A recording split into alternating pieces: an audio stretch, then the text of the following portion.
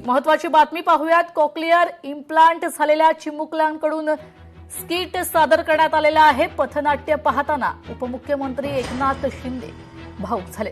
ठाणे महानगरपालिकेच्या नरेंद्र बल्लाळ सभागृहात cochlear implant शस्त्रक्रिया झालेल्या मूकबधीर बालकांचा ऐकण्या बोलण्याचा आनंद सोहळा आयोजित करण्यात आला होता. या कार्यक्रमात कॉक्लिअर इम्प्लांट झालेल्या चिमुकल्या मुलांनी सादर केलेली जी स्किट होती ती पाहताना राज्याचे उपमुख्यमंत्री एकनाथ शिंदे अक्षरशः भावुक झाले. मुलांचा आत्मविश्वास, त्यांचं बोलणं आणि त्यांनी सादर केलेला अभिनय पाहताना त्यांच्या डोळ्यात अक्षरशः आनंदाश्रू आले. पैसे कोणाचे होते? आज मुलांसाठीच होते, लोकांसाठी होते, जनतेसाठीच होते. मला त्याचा आनंद आहे.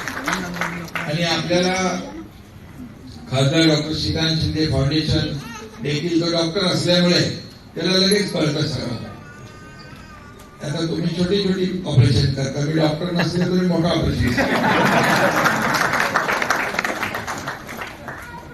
तर गमतीचा सोडा, परंतु याला एक जिव्हाळा लागतो. आणि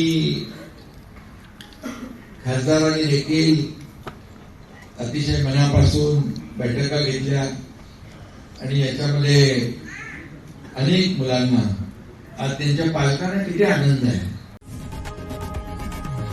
लोकशाही मराठी ऐका, पहा, जागरूक रहा.